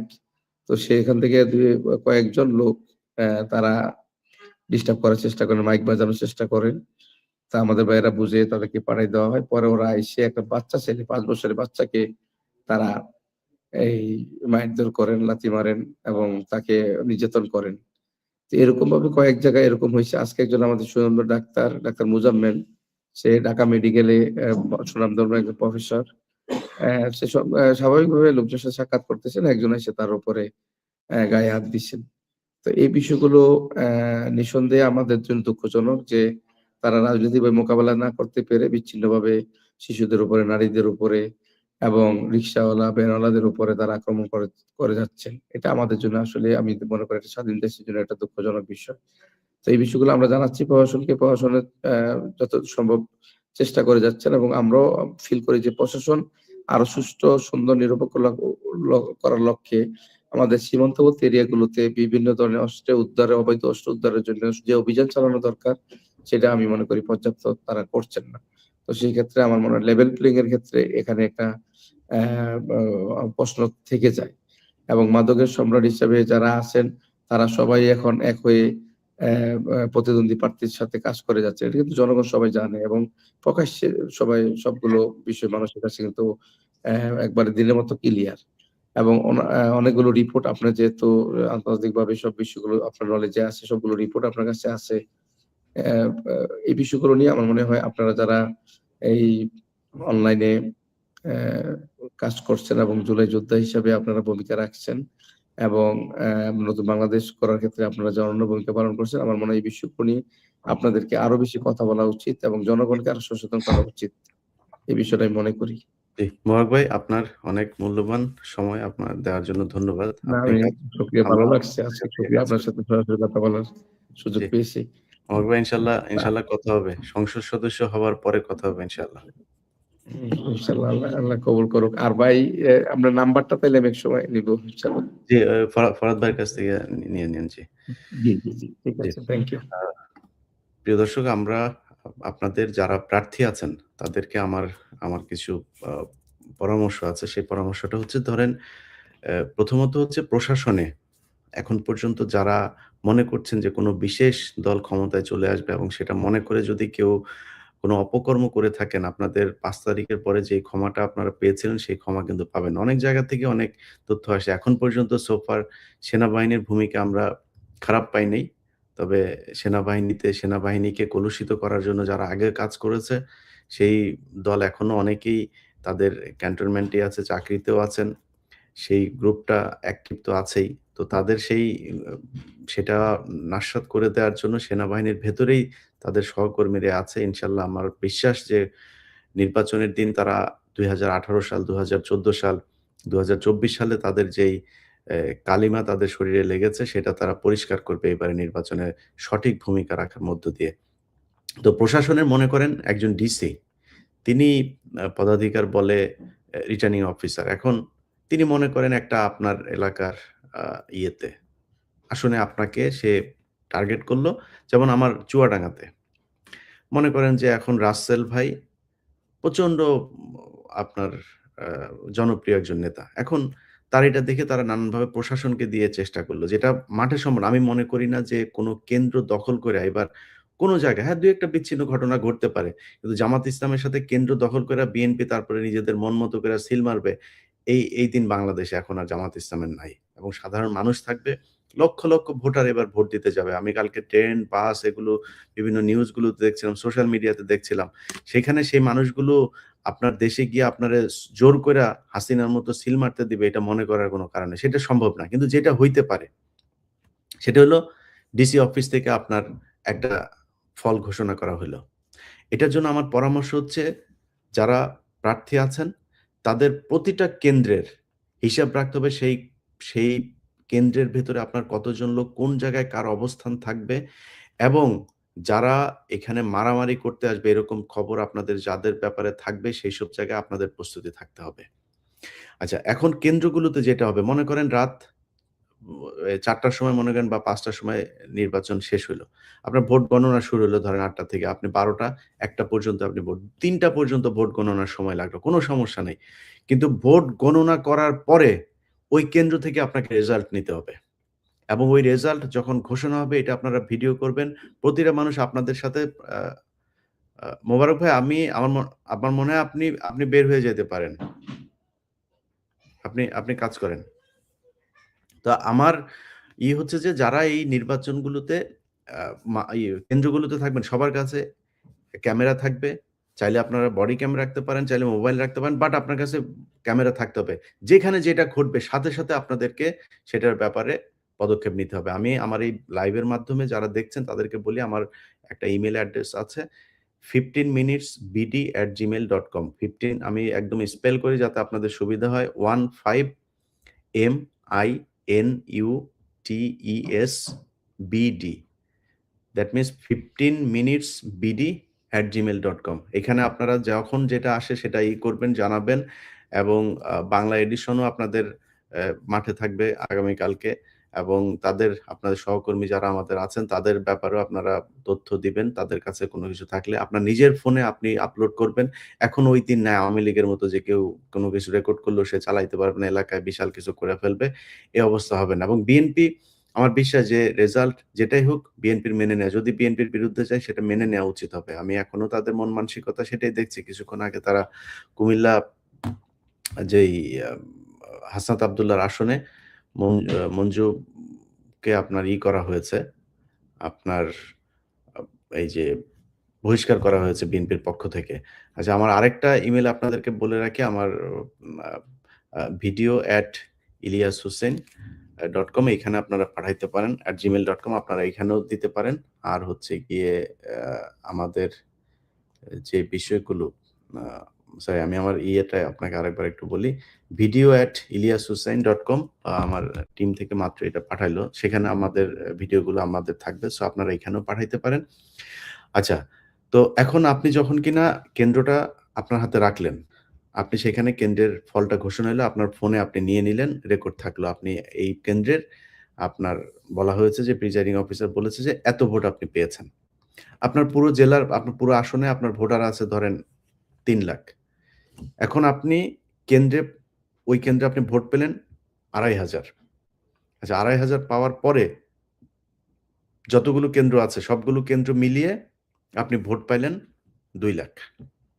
মানে আপনার ক্যালকুলেটরে আপনি হিসাব করে দেখলেন যে সবগুলো আপনাদের কর্মীদের সবার কেন্দ্রের ফলাফল আপনি যোগ করে দেখলেন ২ লাখ আর ওই প্রার্থী পেয়েছে ৮০,০০০। এখন ৩ লাখ ভোটের মধ্যে ২,৮০,০০০ আপনি ২ লাখ সে ৮০,০০০। এবার নির্বাচন কমিশনারের অফিসে যাওয়ার পরে অর্থাৎ যিনি ডিসির অফিসে যখন আপনার ফলাফল ঘোষণা হবে, ডিসি বলল আপনি ভোট পেয়েছেন ১,১০,০০০ আপনার অপোনেন্ট পেয়েছে হচ্ছে ১,২৫,০০০। এখন আপনি তো সবগুলো আসনের যোগ করে রেখেছেন। সেটা নিয়ে যদি পরবর্তীতে মামলাও হয়, তদন্তও হয়, আপনি আপনার এগুলো সব দেখাইতে পারবেন। সো প্রতিটা কেন্দ্রে নির্বাচন হবে, প্রতিটা কেন্দ্রে প্রতিটা ভোট আপনি ঠিক জায়গায় পড়ছে কিনা, মানে সে তার মন মতো দিতে পারছে কিনা, তার সেটা চিন্তা করে কেউ তাকে জোর করে কোনো ভোট ব্যালটে তাকে সিল দেওয়াচ্ছে কিনা, তার ভোটটা অন্য কেউ দিয়ে দিচ্ছে কিনা, এগুলো ঠিক রাখতে হবে প্রতিটা ভোটে। আর প্রতিটা কেন্দ্রের হিসাব আপনাদেরকে নিতে হবে। এটা আপনাদের মাথায় রাখতে হবে। সো আমার মনে হয় যদি সেইটা করা হয়, কোনো জায়গায়, একটা জায়গাতেও তারা এই চুরি বাটপারি করে তারপরে জিতে আসবে, যা মনে চায় তাই করবে, এটা আমার মনে হয় না করতে পারবে। এটা আপনাদেরকে আমি বলে রাখলাম। আর হচ্ছে গিয়ে সেনাবাহিনীর যে বিষয়টা, সেনাবাহিনীর ভাই দেখেন, আপনারা এই দেশের প্রাণ, এই দেশের সার্বভৌমত্ব, এই দেশের সিকিউরিটি, এগুলোর জন্য আপনাদের বাইরে আমাদের আর কোনো শক্তি নাই যারা এই দেশটাকে রক্ষা করতে পারবে। অনেক দুর্নাম, অনেক অনেক অনেক বদনাম, অনেক অপকর্ম আপনারা করেছেন। এই অপকর্মগুলো থেকে আপনারা আ এই করলে যদি নাকি মনে করেন যে বের হয়ে আসতে চান, তাহলে আপনাদেরকে বাংলাদেশের মানুষের পক্ষে কাজ করতে হবে। বাংলাদেশের মানুষ যা চায়, বাংলাদেশের মানুষ যাকে ভোট দিতে চায়, যাকে নির্বাচিত করতে চায়, সেই রেজাল্ট বের করে আনার জন্য আপনার যে ভূমিকা, সেই ভূমিকা আপনি পালন করবেন, এটা আমি প্রত্যাশা করি। আমাদের সাথে ডক্টর মোহাম্মদ আবুল আহাদ আছেন। আব্দুল আহাদ ভাই, আপনি আমাদের খুব পরিচিত মুখ আব্দুল আহাদ ভাই। তিনি, আপনারা জানেন যে ওসমান হাদি, তার চিকিৎসার সাথেও তিনি খুব সরাসরি সম্পৃক্ত ছিলেন। বৈষম্য বিরোধী আন্দোলনেও তিনার যেই ভূমিকা, এটা অসীম। স্বৈরাচার বিরোধী আন্দোলনের শুরু থেকে শেষ পর্যন্ত তিনি ছিলেন, এখনো আছেন। তিনি নির্বাচনে পদপ্রার্থী হয়ে জামাতের জোটের সাথে আছেন। আহাদ ভাই, আপনার মার্কা তো শাপলাকলি, তাই না? জি, জি, শাপলাকলি। জি। আপনার আসনের নাম-টাম বলেন কি অবস্থা আপনার এলাকায়? জি, আসসালামু আলাইকুম। আমি দিনাজপুর ৫ আসন থেকে আসন নাম্বার ১০ লড়ছি। জামাত এনসিপি জোটের এনসিপির প্রার্থী হয়ে শাপলাকলি মার্কায়। আমার এখানে আমি যখন আপনার সাথে কথা বলছিলাম, আমাকে যখন লিঙ্ক পাঠানো হচ্ছিল, তখনই আমার এখানে আওয়ামী লীগের একজন আজকে সন্ধ্যার পরে অ্যা টাকা দিয়ে ধানের শীষের পক্ষে ভোট চাচ্ছিল। তো ঠিক ওই সময়েই আমাদের ছাত্র শিবিরের আমাদের ইউনিয়নের সভাপতি, সাবেক সভাপতি, এখন জামাত ইসলামের আমার কেন্দ্রের এজেন্ট হিসেবে আছেন। সে ভিডিও করছিল এবং এই ভিডিও করা দেখে তারা বুঝতে পারে যে সে ভিডিও করে। পরবর্তীতে তাকে ফোন করে অন্য একটা নাম্বার থেকে তাকে আরেকটা বাসায় নিয়ে যাওয়া হয়। তো সে অন্য নাম্বার থেকে যেহেতু ফোন করা হয়েছে, সে বুঝতে পারে নাই। তার বাসায় গেলে তাকে বেধড়ক মারধর করা হয় এবং এটা ১০ মিনিট আগের ঘটনা। আমরা প্রশাসনকে জানিয়েছি। আমি প্রশাসন, এসপি, সার্কেল সবাইকে জানিয়েছি ব্যাপারটা। আমরা কনসার্ন যে আমার এখানে আমার আসনে আওয়ামী লীগের যারা ছিল আগে, বিভিন্ন অপরাধের সাথে যুক্ত মামলা হয়েছিল। জুলাই আগস্ট মাসে অভ্যুত্থানের সময় আমাদের যারা অভ্যুত্থানের শক্তি ছিল তাদেরকে মারধর করেছে। তারাই আবার ফিরে এসে একটা নির্দিষ্ট দলের হয়ে ভোট চাচ্ছে। এই ব্যাপারটা খুবই অ্যালার্মিং। আসলে দেশের যখন আমরা একটা ক্রান্তিকাল পার করছি, একটা স্টেবল ফেজে ইলেকশন পরবর্তী সময়গুলোতে আমরা আসলে কাজ করার চেষ্টা করছি। কিভাবে স্টেবল করে একটা নির্বাচিত সরকারের হাতে ক্ষমতাটা দেয়া যায়। ঠিক একই সময়ে এসে আমার কাছে মনে হচ্ছে যে একটা ষড়যন্ত্র চলছে। তো আমরা খুবই কনসার্ন এবং আমরা আরো আমার আসনের যেটা ব্যাপারে আমরা দেখছি যে আমাদের যারা জোটের বিভিন্ন নেতাকর্মী আছে, আমাদের নারীরা যারা আছে তাদেরকে বিভিন্ন নাম্বার থেকে ফোন দিয়ে হুমকি দেওয়া হচ্ছে। ইভেন এটাও বলা হচ্ছে যে আপনাদের পিঠের চামড়া তুলে নেওয়া হবে। এটা আসলে নির্বাচনের আচরণবিধি লঙ্ঘন এবং আমাদের যারা বিপক্ষ শক্তি তারা এগুলো করছে এবং আমার ব্যানার বিভিন্ন জায়গায় ছিঁড়ে ফেলা হয়েছে, বিলবোর্ড ছিঁড়ে ফেলা হয়েছে, বিলবোর্ড ভেঙে দেওয়া হয়েছে, আমার ব্যানার পুড়ে দেওয়া হয়েছে। তো এই জিনিসগুলো আসলে খুবই অ্যালার্মিং এবং আমরা যখন নতুন বন্দোবস্তের কথা বলছি, ঠিক সেই সময়ে এসে আবার একটা রাজনৈতিক দল যদি পুরনো বন্দোবস্তে যায় এবং ঠিক একই ফ্যাসিবাদী কায়দায় যদি একইভাবে আসলে আগের মতো করেই মাসল পাওয়ার শো করে, হুমকি দেয় আমাদের নেতাকর্মীকে, তাহলে এটা খুবই দুঃখজনক। আমরা আহ্বান জানাচ্ছি যে তারা যাতে সংযত হয় এবং তাদের যে হায়ার অথরিটি আছে তাদেরকে ইনফর্ম করতে চায় যে আপনারা রুট লেভেলে যদি নেতাদের কন্ট্রোল না করতে পারেন, তাহলে আরো বিশৃঙ্খলা বাড়বে এবং নির্বাচনে ভোট কেন্দ্রে ভোট দখলের যে একটা পায়তারা চলছে, আমাদেরকে বলা হচ্ছে যে আপনারা ভোট কেন্দ্রে আমরা সবাইকে বলছি যে ভোট কেন্দ্রে তাড়াতাড়ি আসবেন, সকাল সকাল ভোট দেবেন এবং ভোট কেন্দ্র পাহারা দিবেন। তো তাদের নেতাকর্মীদের কাছ থেকে শোনা যাচ্ছে তারা ভোট কেন্দ্র, এবং একটু আগে আমার কাছে একটা নিউজ এসেছে, কতটুকু সত্য জানি না, যে ভোট আগের দিন রাতের বেলায় ব্যালট পেপারে 500 করে ভোট ব্যালট পেপার ঢুকানো হবে, এরকম একটা নিউজ। যদিও উড়ো নিউজ মনে হচ্ছে, বাট এই ব্যাপারে আমরা সজাগ দৃষ্টি রাখবো এবং প্রশাসনকেও বলবো যে আপনারাও এই ব্যাপারগুলো আমলে নিবেন। ভাই, আপনারা নির্বাচন শুরুর আগে আপনারা ব্যালট বাক্স চেক করে নেবেন। নির্বাচনের পরে ব্যালট বাক্স যেটা ভরে যাবে সেটা যেখানে দিচ্ছেন সেখানে আপনাদের লোক থাকবে। প্রতিটা জায়গায় আপনাদের লোক থাকতে হবে। কেন্দ্র থেকে রেজাল্ট নিয়ে তারপরে বের হবেন। এটা আপনার যেখানে যাদের দায়িত্ব দেয়া আছে, এবং আমি যতটুকু জানি যে শুধু আপনি না, এনসিপির যেই জায়গাতে এনসিপিকে করা হয়েছে, নাহিদ ইসলাম থেকে শুরু করে পাটোয়ারি, আপনারা সবাই সব জায়গাতেই জামাত ইসলাম তাদের সর্বোচ্চ শক্তি দিয়ে আপনাদের পাশে আছে, তারা আপনাদের জন্য কাজ করছে। আপনার এখানেও নিশ্চয়ই তার ব্যতিক্রম নয়। সো তারা আপনার জন্য থাকবে মাঠে। আপনার বিশাল যে কর্মী বাহিনী আছে তাদেরকে এই ইনস্ট্রাকশনটা দিয়ে রাখবেন যে কোনো কেন্দ্রে কেউ রেজাল্ট না নিয়ে সেখান থেকে সরবে না, এবং কোনো মানুষ যেন কাউকে জোর করে কেউ কাউকে দিয়ে যেন ভোট দেওয়াতে না পারে। ভাই, এই দেশের মানুষ দাঁড়িপাল্লাকে ভোট দেওয়ার জন্য মুখিয়ে আছে। সো কালকে পরশুদিন তাদের সেই রায় তারা জানিয়ে দেবেন। ভাই, আপনি আপনার কাজ করুন, ইনশাল্লাহ কথা হবে বিজয়ের পরে। আপনি চলে যান।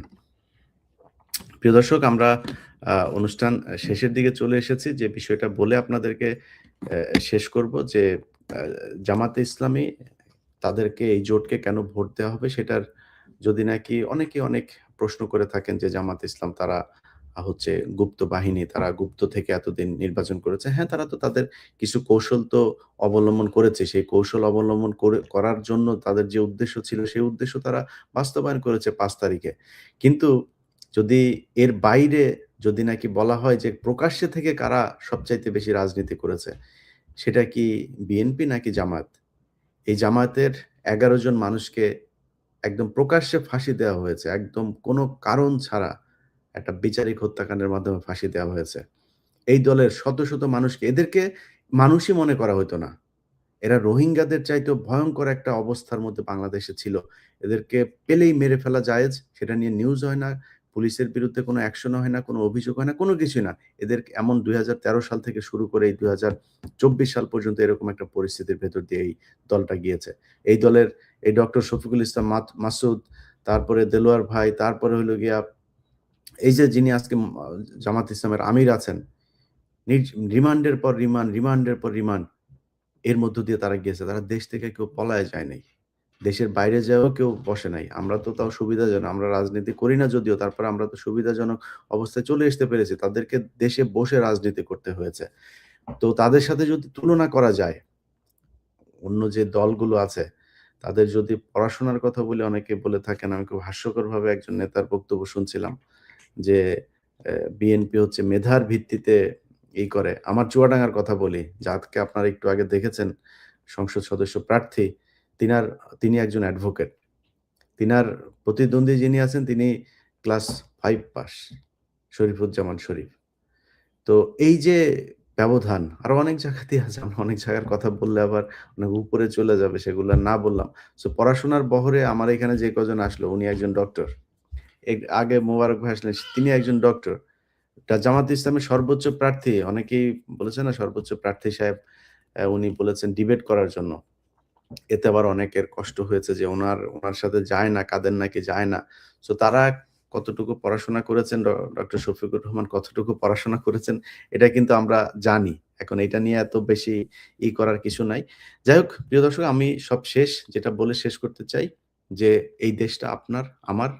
এই দেশের এই এত বছর পরে নির্বাচনে আপনারা ভোট দেওয়ার সুযোগ পেয়েছেন। এই সুযোগটা আমার বিশ্বাস আপনারা কাজে লাগাবেন, সাহস করে ভোট কেন্দ্রে যাবেন। আপনার চোখের সামনে যদি কোনো অপকর্ম, কোনো অনিয়ম হয় সেটার বাধা দেবেন। 10-এর লাঠি 1-এর বোঝা, আপনারা সবাই মিলে যদি নাকি সেটার প্রতিবাদ করেন, আপনার সামনে এসে কেউ দাঁড়াতে পারবে না। আগামী পরশুদিন যা হবে, আমার বিশ্বাস বাংলাদেশের মানুষ সেই ইতিহাসের সাক্ষী হবে যে এই দেশে লুটপাট, চাঁদাবাজ, দুর্নীতিবাজ, তাদের বিরুদ্ধে বাংলাদেশের মানুষ এক হয়েছে এবং আগের সেই বস্তা পচা রাজনীতি 5 কোটি টাকা খরচ করে 50 কোটি টাকা লুটপাট করা হবে, সেই রাজনীতি এই দেশে আর চলতে দেওয়া হবে না। এর মাধ্যমে আমাদের একটা নতুন বাংলাদেশ তৈরি হবে। 5 তারিখের পরে যেই অসমাপ্ত কাজগুলো ছিল, জামাত ইসলামের নেতৃত্বের এই বাংলাদেশের পক্ষের শক্তির এই নির্বাচন তাদের সেই অসমাপ্ত কাজগুলো সমাপ্ত করবে। যারা এতক্ষণ আমাদের সাথে ছিলেন সবাইকে ধন্যবাদ। সবার কাছে আবারও অনুরোধ থাকবে, দাঁড়িপাল্লা এবং শাপলাকলি মার্কা, এই 2 মার্কায় আপনাদের যারা জোটে আছেন তাদের জন্য ভোট দিবেন এবং চাঁদাবাজদের বিরুদ্ধে অবস্থান নিবেন। ভালো থাকেন। আল্লাহ হাফেজ।